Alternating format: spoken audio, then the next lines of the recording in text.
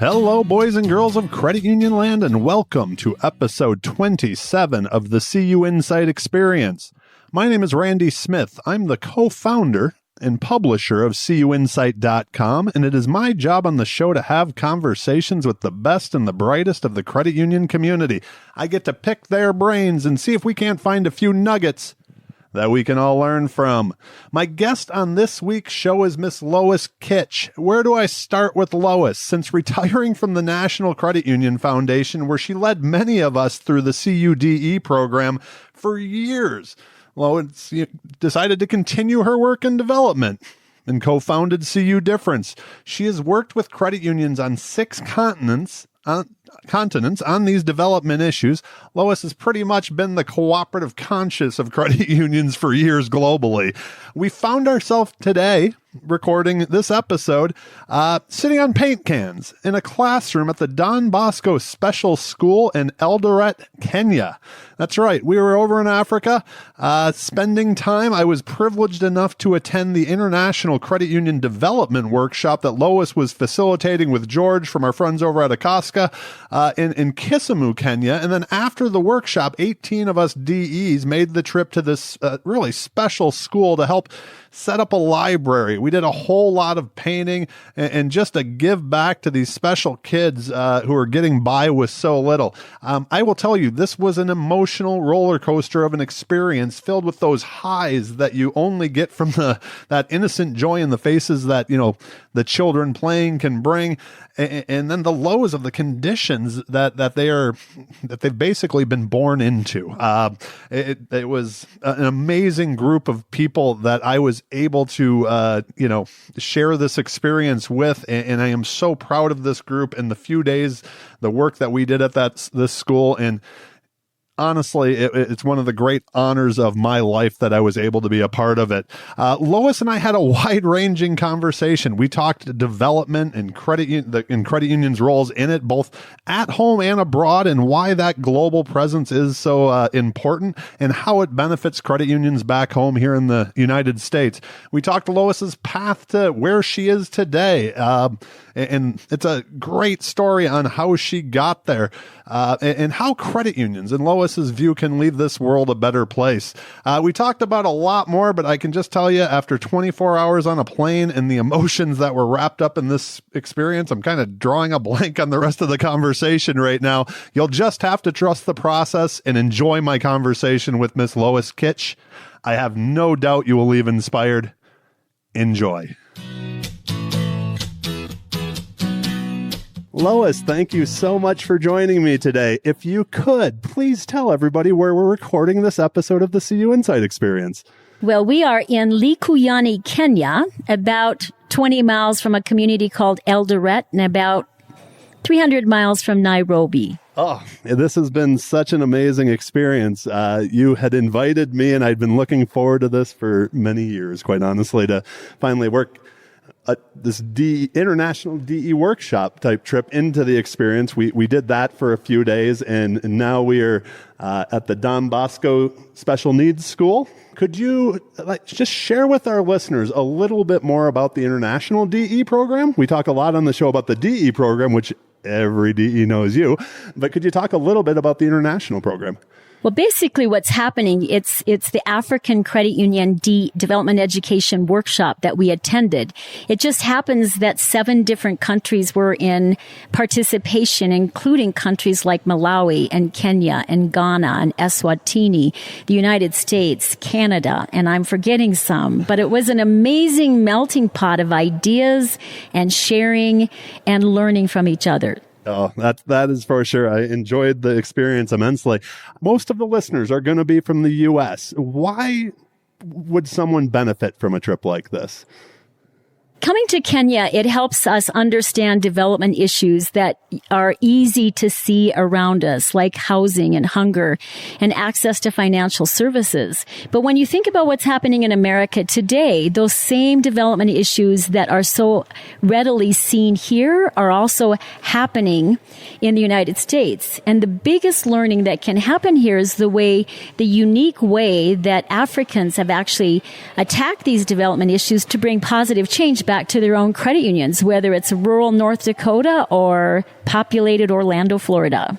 It was amazing and eye-opening for me. Both you and I are travelers, I think, by genetics or something, but it was so interesting to sit through the workshop and to be a part of the team and not be going through the U.S. program. You know pretty much what everybody else is going through, but to hear what the issues were here, and a lot of it was on the most basic of levels: water, education, security. That was amazing. We have a bunch of kids right now. I wish you guys could see this. It's noses pressed to the window, pressed to the glass, watching us record this. This is probably the first time with a live audience. So it's interesting to note that in Africa, 43% of Kenyans have no access to clean water, which means a lot of the standard diseases that you'd get from drinking unclean water could be so easily cleared just by sinking a borehole, which is a shallow well. The resources are not readily available to do that. So SACCOs, which are the credit union term for credit union, are now working hard to start to tackle development issues like water, like health insurance, like hunger, in a way that makes sense for the credit unions. In fact, the African Cooperative Development Foundation, which I happen to be the chair, is focused on solving development issues through education and through research and through training. So it's appropriate. It was interesting. Inclusion of youth and women is also a really big priority here in Africa. So we had a lot of conversation on that as well. It was amazing. I thought one thing that I found very similar to conversations that I'm sure you and I both have had in the United States was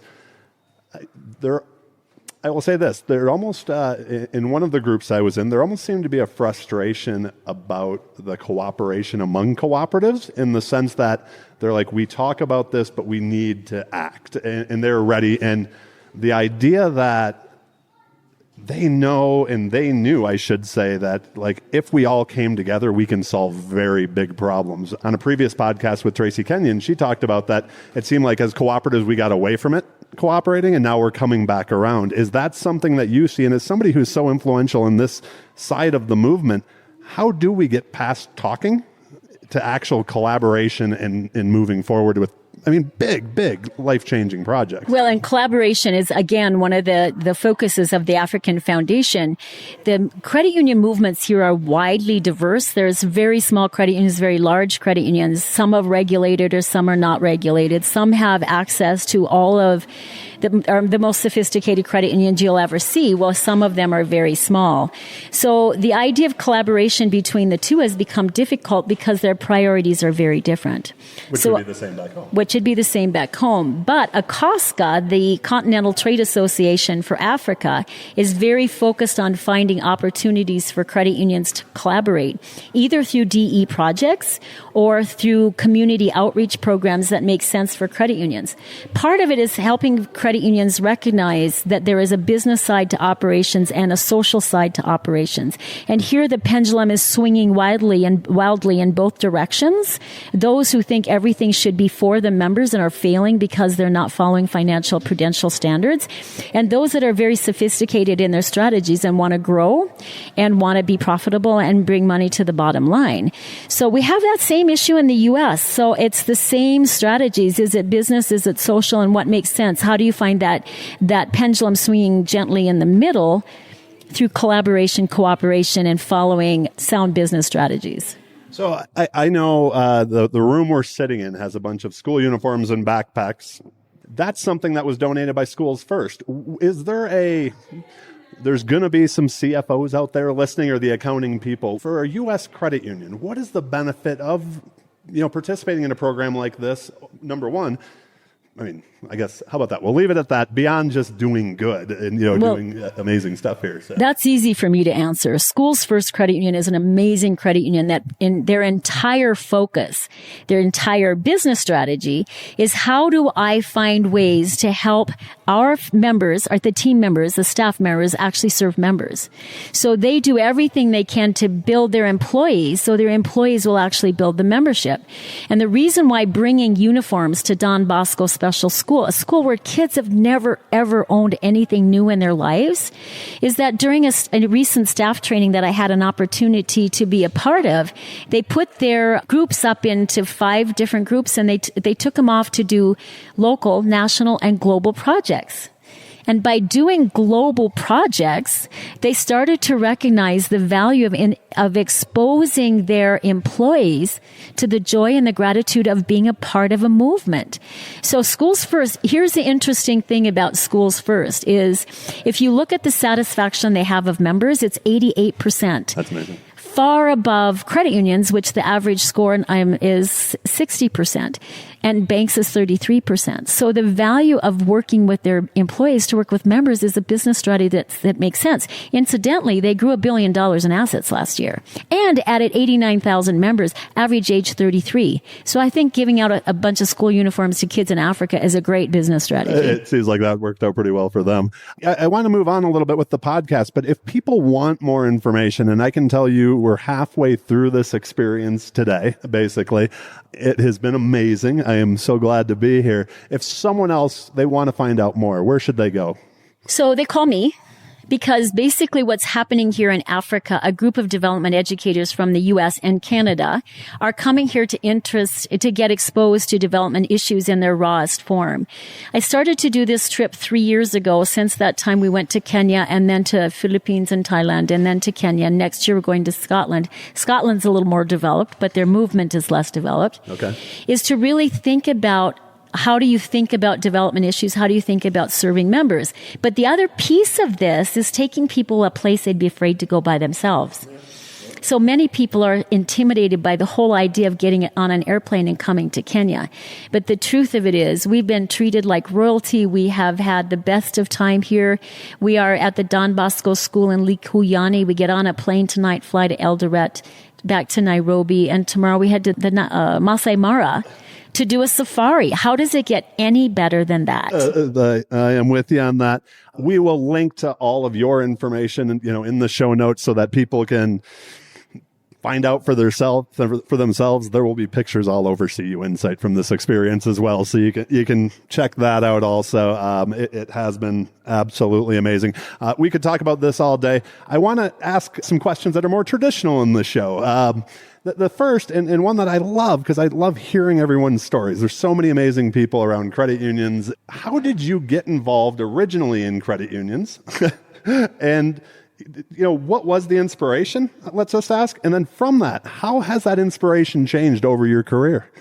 So like many of you, I started in credit unions, in the 80s, and I was a drive-up teller in a bank.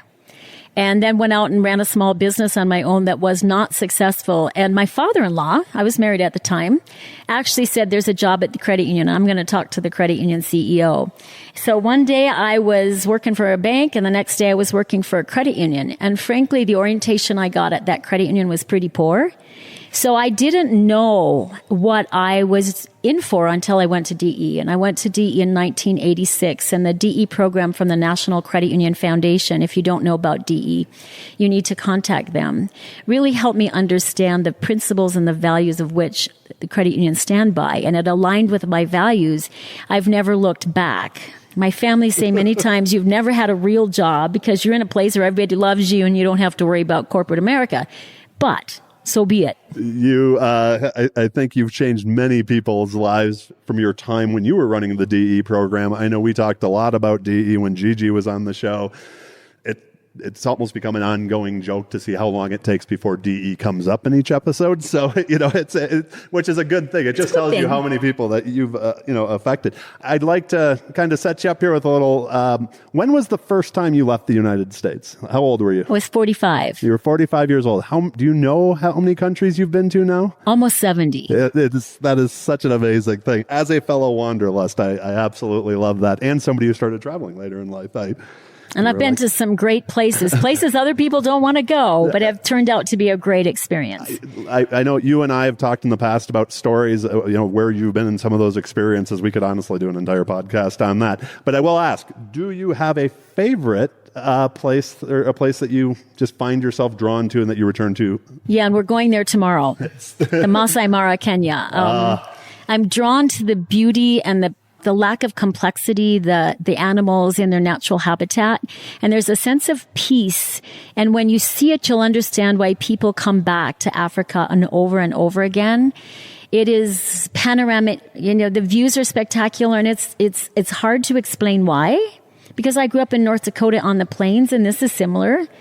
But my ashes will be spread across the Mara. The Mara is the place. The Mara is the place. place. Beautiful. I'm so excited. Like Lois said, we're heading that way tomorrow. So if is there something, and I think I may know the answer to this question already, but I'll ask it for everybody else. My guess is the answer will get a chuckle. Is there something that you say that people have heard you say so many times that they can finish your sentence?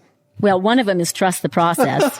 We've heard that quite a bit, and every DE will know. Well, that. And here in Kenya, it's like we get started out and it's like, okay, everybody trust the process, because the process here will be different than anywhere you go.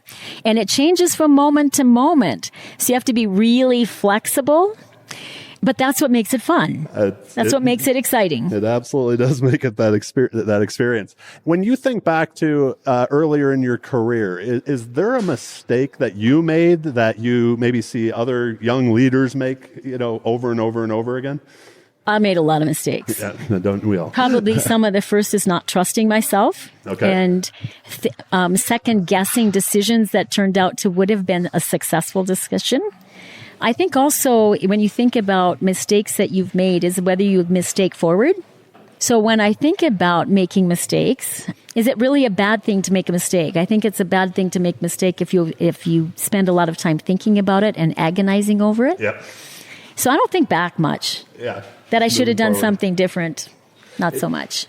Is there it's a question I tend to ask later on in the show, but I think it fits in so well because so much of your career happened after a certain age. Is there a bit of advice that if you could go back in the time machine that you would give your 25-year-old self? Oh yeah, I think that it would be is to work hard, which I did do that. Work really hard. Find some life balance.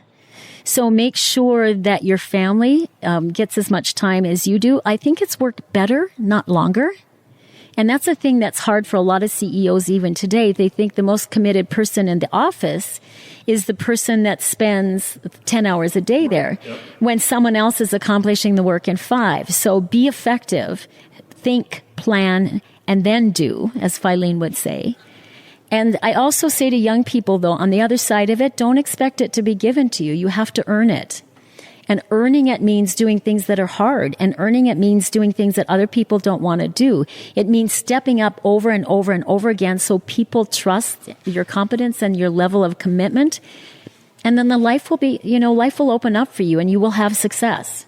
I was having a conversation at breakfast with someone else here from the States, and we were talking about why we came on this trip and why had this did you? experience. For me, it was a fairly easy answer, and it's something I think that I've talked to you about. I love to travel, and I love to go new and interesting places, and most of the time I do it a lot on my own. I now have a partner who also loves it, so it's more of a shared experience, but the idea of taking DE, which was so transformative for me, and being able to almost merge two things, it was something that I felt I had to experience. Like the idea of doing good and mixing it with something else that I absolutely love doing, which is travel, was something that we had to experience. But it was interesting for the woman that I was talking to. She talked about that, she constantly wants to grow. And something you just said, that she feels she's earned everything and worked harder and looked for new experience the whole way. And she's a senior level person at a credit union now, and it was that idea of, but opening yourself up to other things. And I think that doesn't get much more than this, but so for me, it was easy, Well, and the best part of what we're doing here in Kenya is we're having fun. We're learning through education programs, but we're giving back in a huge way. And we've been spending about 3 days here in Likuyani and transforming a school for disabled children. We just finished putting a big heart-shaped mural full of little kids' handprints on a wall of a building, and I'm sure you'll see the picture. We will put the picture in the show notes. Awesome. It is amazing. So it was transformative to us, but it was also transformative for children that have been I don't want to say neglected, but oftentimes forgotten children with disabilities. And every child, no matter what level of incapacity or an inability to walk, got their hands on the wall. And there's something really powerful in the community seeing that and recognizing that every child has value and every child has equal value. So this afternoon, we're getting the school's first uniforms kids on. We're in for a big treat this afternoon as well. You know, we're sitting in a classroom right now, and this classroom was built through credit unions in a sense. And how this whole project was found out about was through a SACCO, correct? I mean, one of the credit unions here in Kenya. So our good friend David Matagwa he lives close to this school and realized the children didn't have wheelchairs. So that was the first start of the project. In 2017, a group came here. And from that group, Brent Rempe, a really good friend from Oklahoma City, saw a need here. And he crowdfunded, along with his wife, Beth, enough money to build 3 classrooms. And these 3 classrooms now are disabled ready for any children in a wheelchair to get to. They're modern, beautiful buildings, but what happened is they were painted dull and unimaginative colors. So the one we're sitting in here has bright blue and bright orange walls, which you would think, what in the world? But it looks fabulous. It looks fantastic. And color stimulates learning. So we're excited about what happened here. It is a lot of fun. I went down another tangent there. I mean, a whole other rabbit hole. I think I took you down there. Yeah, that's all right. I love it. The question, is there a life lesson or something you've learned over time that you find yourself going back to over and over? Trust the process. Honestly. So is that even in life outside of DE? You know, but here's the thing is that trust life works. Truly trust that life works and that things will work out. The things we worry about the most are the things that cause us the most amount of angst and in the end bring no value to us.